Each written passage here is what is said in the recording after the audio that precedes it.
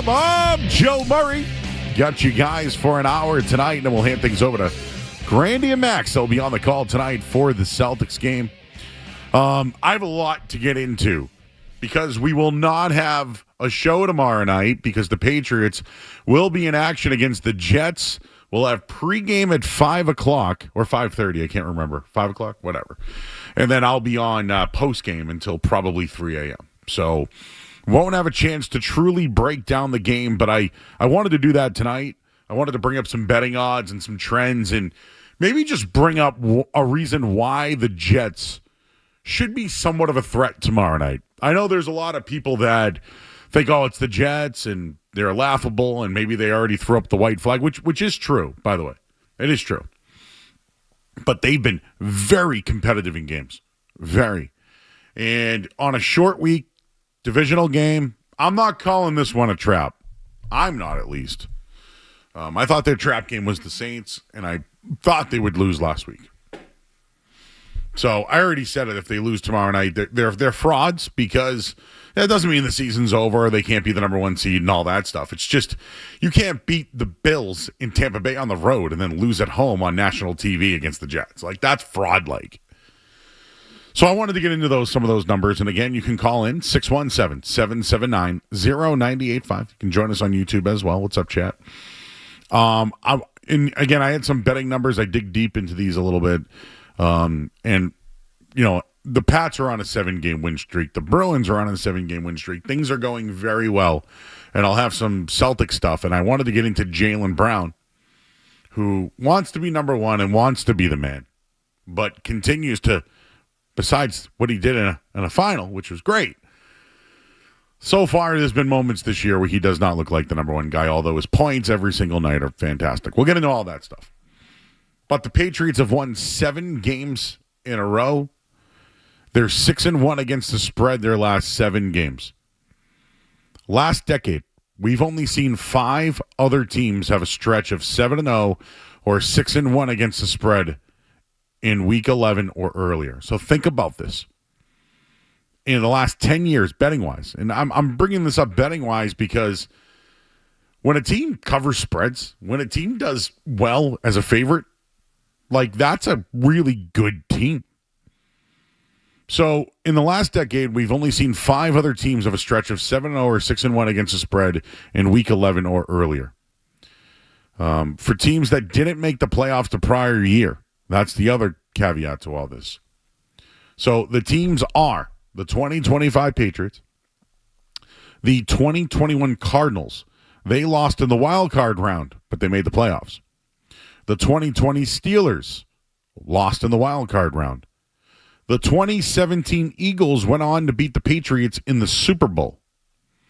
The 2017 Saints won the wild card, but then lost the divisional round. The 2016 Cowboys lost in the divisional round. 4 of 5 teams lost in the divisional round or earlier. 3 lost their first playoff game, but the 2017 Eagles went on to win the Super Bowl. So when you think about that, teams that have done this, the Patriots are one of them. So one has won the Super Bowl, playoffs, whatever. It's all lining up for them. But it is interesting that 4 or 5 lost in a divisional round.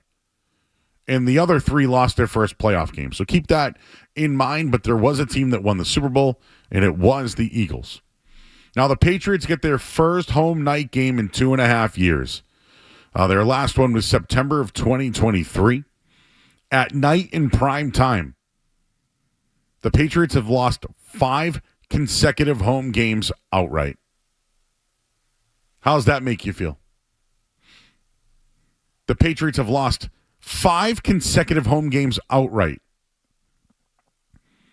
So, for reference, the Patriots, between 2003 and 2019, they went 37-8 straight up at home in night games before this 5-game outright losing streak that they've had. 5 straight outright losses. Then there's the Jets, right? They've played 9 road games in prime time since the start of the 2017 season. The Jets are 1-8 straight up, losing 8 in a row outright. Something has to give. Patriots have lost 5 in a row. Jets have lost 8 in a row. The last Jets QB to win on the road in prime time, Sam Darnold, 2018 over Matt Stafford and the Lions in week 1.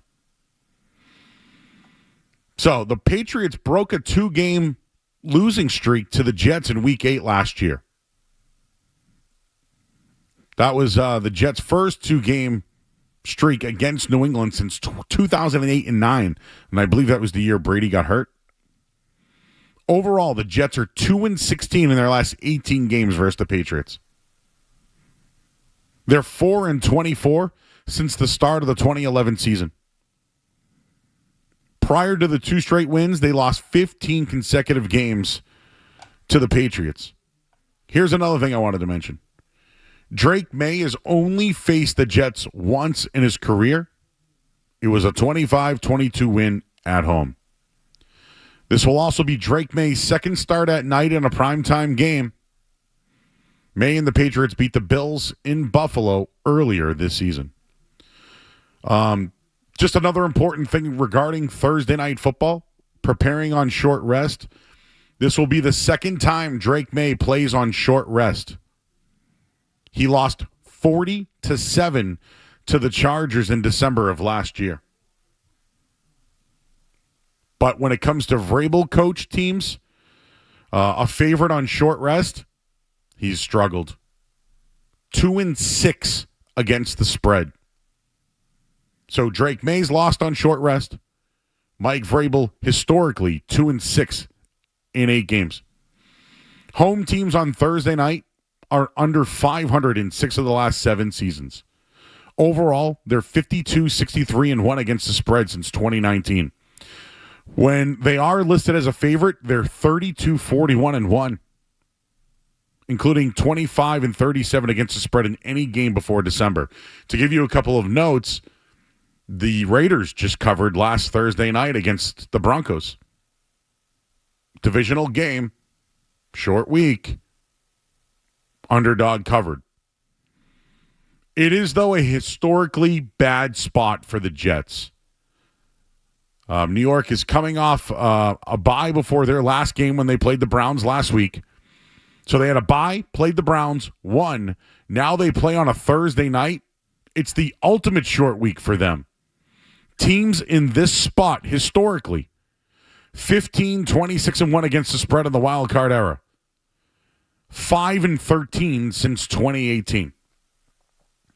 This spot, not good for the Jets. But again, Mike Vrabel has struggled in this spot.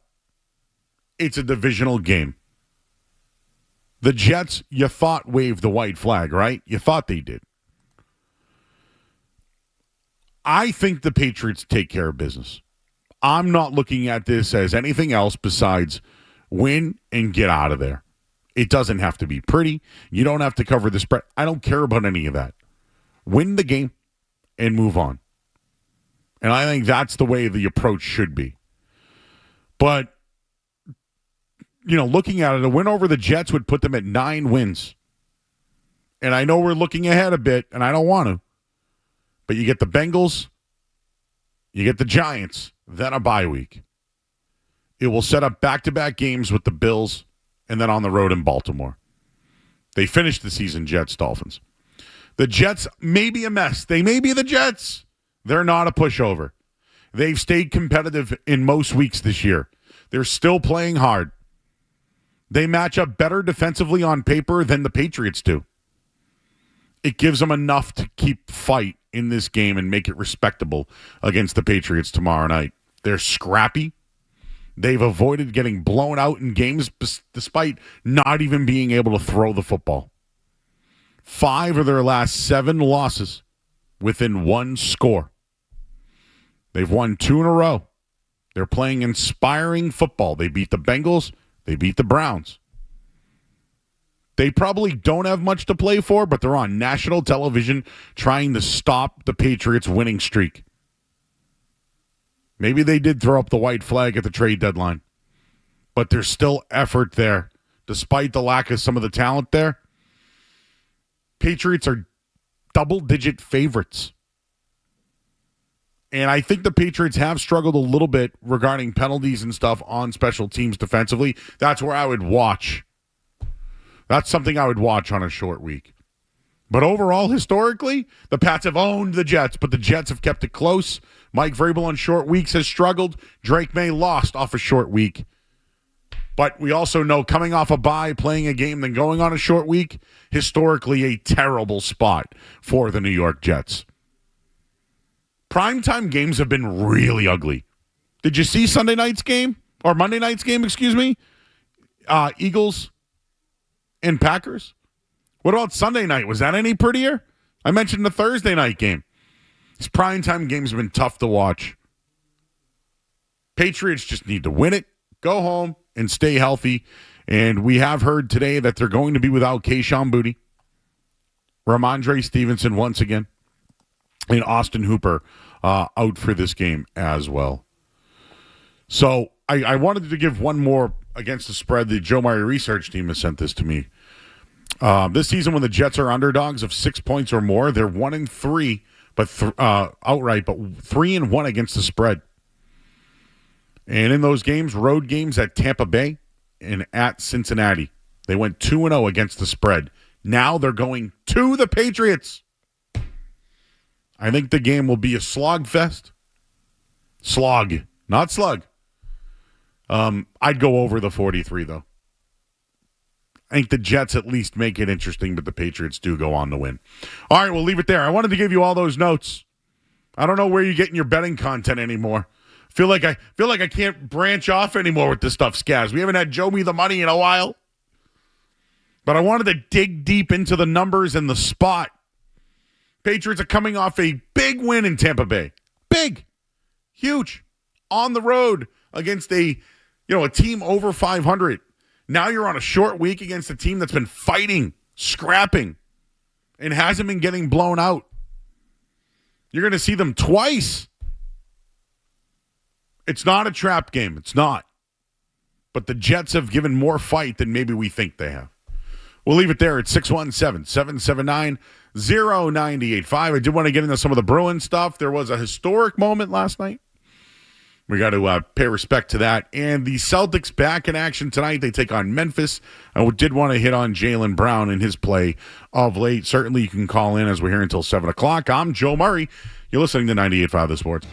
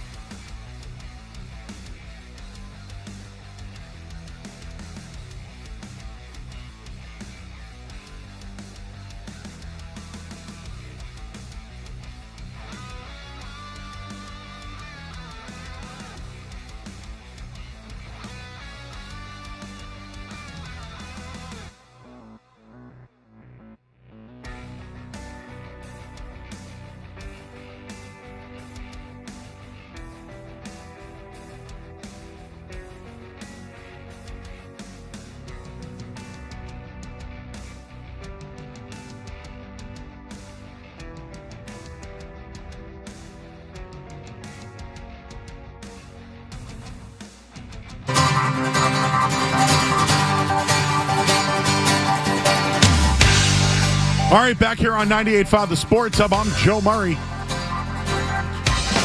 We don't have a show. We will have a full show, though, on Friday night. How about that? Ooh, baby. Can't wait. We'll react to the Patriots and Jets. I'll be here tomorrow night very late. Myself, Mark Dondero. So you'd never want to miss a postgame show.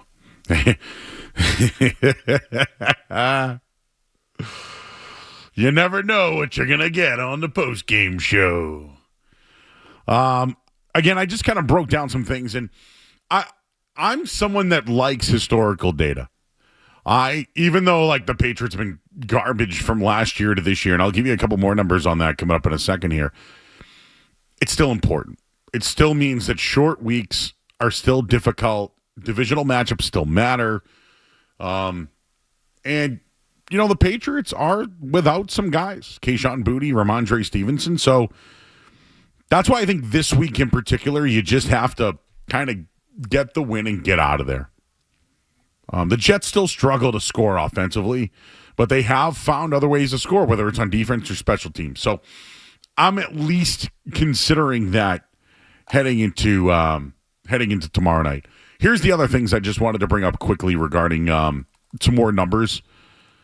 The Patriots have been outstanding when it comes to stopping the run. Last week, they actually gave up over 50 yards to a running back. It was 53, but, whatever, 9 feet.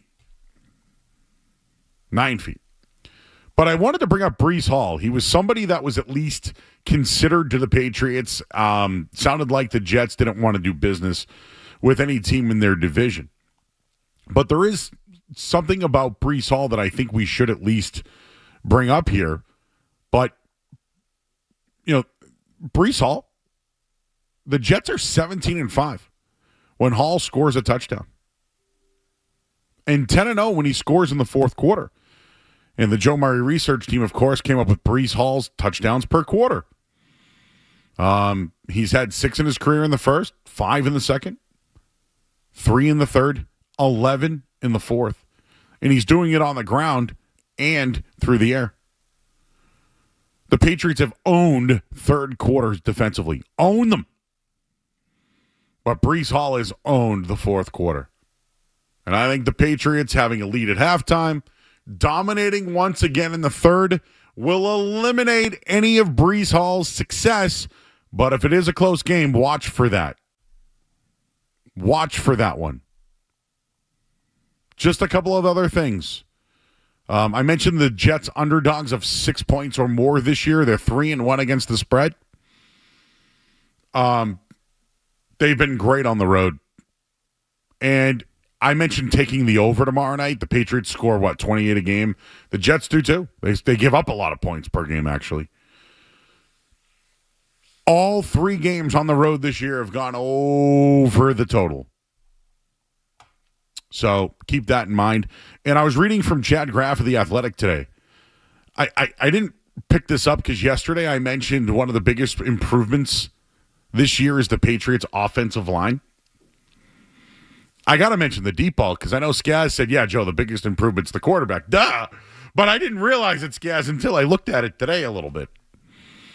The last 2 years, they were 30th and 31st in explosive pass rate. That means pass attempts after 15 yards.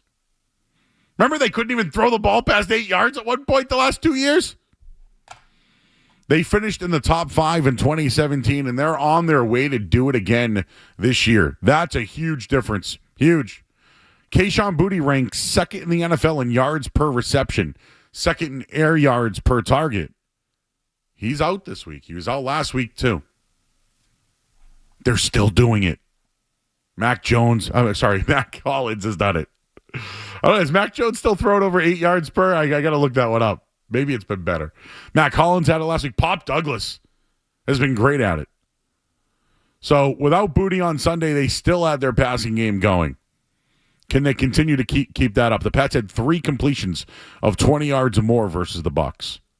They now face a Jets team that ranks 26th in expected points added per pass, whatever that means. So Drake May should be able to throw on the Jets. Plus, they're without Sauce Gardner and one of their best defensive tackles, et cetera, et cetera. I think the game goes over. The Pats should cover, but I've watched these divisional games where it's double digits. The Jets have shown that they can cover double digits. I'm going over. I think there's points. And these primetime games have been horrible. So give us a little bit of excitement for tomorrow night. Hey, I can't go to break without mentioning what happened last night. It was we got 4 boxes of ziti. Let's hear it. And here's Pastrnak off a feed from Geekie, just onside, and he scores! Pastrnak going back and forth in front of Hildeby, and he gets number 400 in his career, and the Bruins have a 4-1 lead. And everybody off the bench right now to congratulate Pastrnak. Geekie went and grabbed the puck. What a move. You got to feel for Just out of the penalty. Got to feel for Hildeby, right? I mean, first chance, that could have easily been a goal on the rebound. And then the second one he faces is a breakaway from a guy that's about to score his 400th goal, and David Pastrnak. Pastrnak, forehand, backhand, back to the forehand to finish this off. What a move. Everybody on the ice. I seem to remember when Brad Marchand did it, though. Not everybody came on the ice. What about you, Skaz? I know you work in the game last night, right? You jumping on the ice last night? I was not jumping on the ice last night, Joe. Is Jeremy? I didn't know if Jeremy I don't was think there. Jeremy Conley made his way onto the ice either. Okay. Did ruffled some feathers, though, I guess. Well, you know what? I'll say this. Here's what I know. This is what I know. People are listening. I told you I did an event last weekend, and I was told that people are listening. Because when someone says, hey, Joe, tell me what street meat is, I know you're listening, okay? But it sounds like our very own Kevin Majore, not only did a Boston Bruin reach out to him before, but Jerry Rice, remember Jerry Rice cooked him once a couple of years ago, too. So I don't know what it is. Kevin's like the most, I love Kevin. He works the Pats games as well, does Felger Maz. Kevin's just a good-hearted person. One of the nicest, quietest guys we got, but he's a lightning rod on the internet. I told you I met his dad. His dad's a lightning rod. Let me tell you. Love that guy. But that's what I'm saying. Kevin just, all right, I'll be the guy who says it. Why did everybody have to go out there? And Morgan Geekie says, don't quit your day job. The Geek Squad. I'm only laughing because, we do radio shows. I guess people are listening. Sometimes I wonder who is out there. I just came in on 95 South, by the way. Let me just tell you. Busy out there. Oh, they're out there. You guys are out there right now. You're hanging around there, the Mass Pike going south. Oh, boy. So I was fine, actually, with the team celebrating. But I did see, I've heard it a couple of times today, but I did say it last night because, again, we were working the Celtics and the Bruins, and there was a lot going on here last night. But when it happened, I went, hey, the whole team went out there. And in my head, I go, why is he not the captain? I have to do captain talk right now. It might have been the moment where Pasta's like the most well-liked guy on the team. I mean, he's leading the way. Everyone looks up to him. He's the leader of the team, right? So I don't know. Like, is this captain thing? Am I making something out of this, or did it seem like everyone likes David Pastrnak? No, I think it definitely shows the level of respect and command he has in that room. And I think it was Stern postgame who said, he's been around a lot of leaders that lead in different ways. There's Chara and Bergeron, who are kind of quieter guys, lead by example. And then there's guys like Ovi, who are kind of, more vibes guys, I guess, more, bring the room up for the mood of the room. And I think he kind of put Pastrnak in that category. So, yeah, I think you're seeing the ascension of David Pasternak's captaincy is something. But, yeah, I didn't really have any hot takes on the team. The only thing I will say is that third period started to unfold was you can't lose that game. You can't have everyone pour off the bench and then you blow the 4-1 lead. You can't have that happen. So I think it would have been maybe an actual story if that happens. But, yeah, I got no issues. I wasn't critical last night of it, but I think they were trying to get him the hat trick. So I just, I feel like Tony Romo there. Well, Scaz. I don't know, Jim. They were trying. Actually, he fell because he was so tired. Did you notice he fell? He had a chance. I think Jay Stu said that Ovechkin's shift for one of his milestone goals was like 4.5 Holy minutes. Smokes. So yeah, at least they weren't quite going to that length, but he was out there for a bit. So I don't know. Could we just wake up tomorrow and Pasternak's going to see on his jersey? Does it even matter anymore? I don't know. But 4 boxes is eaty. That's how we used to say it at the card tables back in the day when it was $400. 4 boxes is eaty. Pasta's on pace for 800 goals. I don't think 900's happening. But could he be a top 5 goal scorer in the history of the NHL? Why not? I mean, this is why I'm bringing up the captain thing. 800 goals? That's good. 700 goals is good. 500 goals is good. So I don't know. Maybe we are we watching? Now I'm asking Jeopardy Joe questions. Are we watching a generational goal scorer here? Yeah, I think you can. I think we are. Category. Is he a loser? Like, what I mean by loser is like best player, no championship? Well, he wasn't. Way too early for that. No, but I'm just, well, you know what? No, Scaz, let's start it now. Is David Pastrnak the best player without a championship? And I know it's too early, and I know we could look at McDavid and these other guys and whatever. McDavid's way better I than get him. it, but this guy's going to be an all-time goal scorer. And he's on a team that's retooling. That's obviously won 7 in a row now. Do they have their pillars now? Is Pastrnak, should I give McAvoy his flowers despite the first goal where he turned it over and gave it up?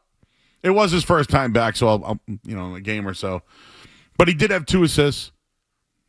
Is he their pillar on defense? And is Jeremy Swayman a pillar? I mean, what do we have? 3 in a row now for Swayman? Is that okay? 3 in a row? Do the Bruins have their pillars now? I mean, they're tied for first in the Atlantic. They're 8-3-0 at home. Remember, they used to be terrible at home. I know regression will come. It will. It'll be here. But between David Pastrnak and Morgan Geekie, they have a combined 21 goals this year. It's the second most in the NHL of any duo. Any duo. I'm just trying to put into perspective. We might be watching a generational goal scorer. And he's not a captain. It's a big deal here, Scaz. Maybe not to you and I. Maybe not to you and I. But others are making us think about it. You know? But they have to be due for regression, right? The Bruins, or is this like for real? This is who they are. Marker Sturm's get everybody playing. Swayman's fine. McAvoy's fine. You got Geekie and Pastrnak, and all the other guys are just fitting in. Whee! They've been fun to watch. I do enjoy covering them right now. But watching David Pastrnak, I do think I'm watching a generational goal scorer. And I'm almost wondering, is 800? I don't think 900's probably off the table. Not to mention health or lockouts and things to that degree. But that guy's on the Bruins. On a team that's rebuilding? Let's talk to Jack in Franklin. Jack, what's up, bud?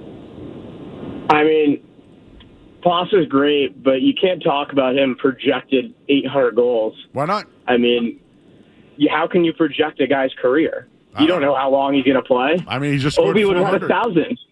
Ovi would have had 1,000 then if you projected it. Yeah, well, he's got 900. That's not bad. I mean, it's not bad at all. It's not a bad projection. I don't know why you're up my ass about a projection, though. I don't know how you could. Just comparing Pasta to Ovi is like kind of nuts. Is it really? I think so. You think so? Is it really, though? Yes. Based off what? Based off Ovi played in a harder score era. Yep. He's done it for longer. Okay. And his longevity has never been done before. Yep. What makes you think Pasta can't play another 10 years? He's already having health issues. Yeah, so what? Ovi never has health issues. Okay, so here you are now comparing. Do you know what I'm saying? Like, why can't he be a generational goal scorer? You're just dismissing it. Are you not dismissing it, or are you just trying to be like, well, they're not the same guys, the same average. You already got injuries. Like, why can't we have the discussion? Why? It's so early. Oh, it's so early. All right, yeah, okay, it's too early. All right, What? I don't know. What? You watching the Bruins? You don't want to entertain it? No. What should I do? Should I just go and talk about do you want me to just talk about the Celtics now? No, I'm not a hoops guy. Okay, so then you don't want to talk about David Pastrnak potentially being a generational scorer. I think he could be a great goal scorer, but I put Stamkos over him. I think Stamkos will be better than him. So now you're comparing and projecting. I think it's okay to compare. Are you projecting? Are you projecting he's like Stamkos? It's not projecting. So then what the hell are you doing? Because I'm doing the same. You can't. Are we doing the same thing or not? He's the greatest goal scorer ever. Okay, but now you're bringing Stamkos up, who's pretty good, right? Pretty good player. He's pretty good, but I wouldn't call him generational. A couple championships in there. Yeah, but what does that have to do with goal scoring? Nothing. Exactly. You do have to score goals to win, though. Yeah, but you also need 3 other lines. So you don't like my take, huh?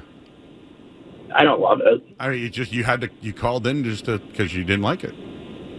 Yeah, I mean, I want to voice my opinion. No, this is what we do. We let you voice your opinion. I have my opinion that I think he could get 800. You are I respect that. And you're bringing up the fact that maybe he can't because he's already getting injured. That. Yeah. Way to put a wet blanket on the take. I don't know what your issue is with that call, Joe. What do you mean? He just said he doesn't think Pasternak's going to get to 800. Yeah, that's fair. Yeah, that's fine. He's probably not. But why not try to at least accept that it could happen? He's not even the best goal scorer in the league right now. Who would you say is? Austin Matthews is better than What's him. his Connor McDavid, Leon Draisaitl, Kucherov. The other thing I'll throw in there is who's playing with Pastrnak? Does that impact his goal scoring ability? Oh, wow, I triggered some people here, huh? This is good. Austin Matthews has played 646 games. Mm-hmm. He has 410 goals. What's his projection? David Pastrnak has played 774 games. Wow. So that is 125, 130 more games. That's a lot. And has 401 goals. That's a lot. So Austin Matthews might be the guy you're trying to make that argument for. Can we project it, though, or is that not okay? So we're projecting Austin Matthews 900 now. No, I'm not saying that. I'm just saying that if you want to talk about generational goal scorer, I'm not sure, there are other candidates there. Austin Matthews also younger than David Pastrnak. That is true. Also a loser. That I cannot argue. He threw Stamkos in at me, though. He's won championships. Yeah, Stamkos 586, I think, somewhere around there. Oh, yeah. So a little ways to go for Pasta. Pasta will pass that in a couple of years. All right. Well, we got a break because I went too long. So we'll hit the headline here. I'm Joe Murray, 98.5 The Sports Hub. Sports Hub headlines presented by Celsius Energy Drinks. All right, we got the Celtics tonight here on the station. Of course, they'll take on Memphis. They lost last night. Jaylen Brown, we'll get into him. All the coverage begins at 7 p.m. Pats-Jets. Tomorrow night here on the Sports Hub, Noah Ramondre Stevenson, Keishon Boutte, Austin Hooper. Terrell Jennings, though, listed as questionable. And the Bruins have won 7 in a row. David Pastrnak, goal number 400 on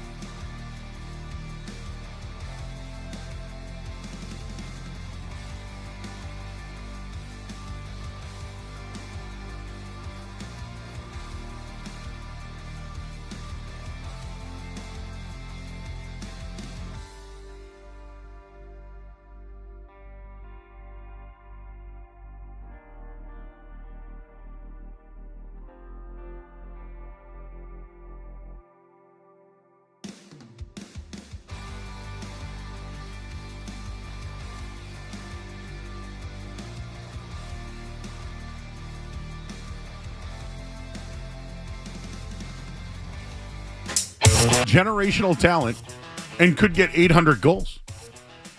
And I maybe you didn't listen. People are already mad at me. I did not compare him to Ovi. I said Ovi had 900. Why couldn't Pastrnak be projected for 800? And I don't know. Goals per game.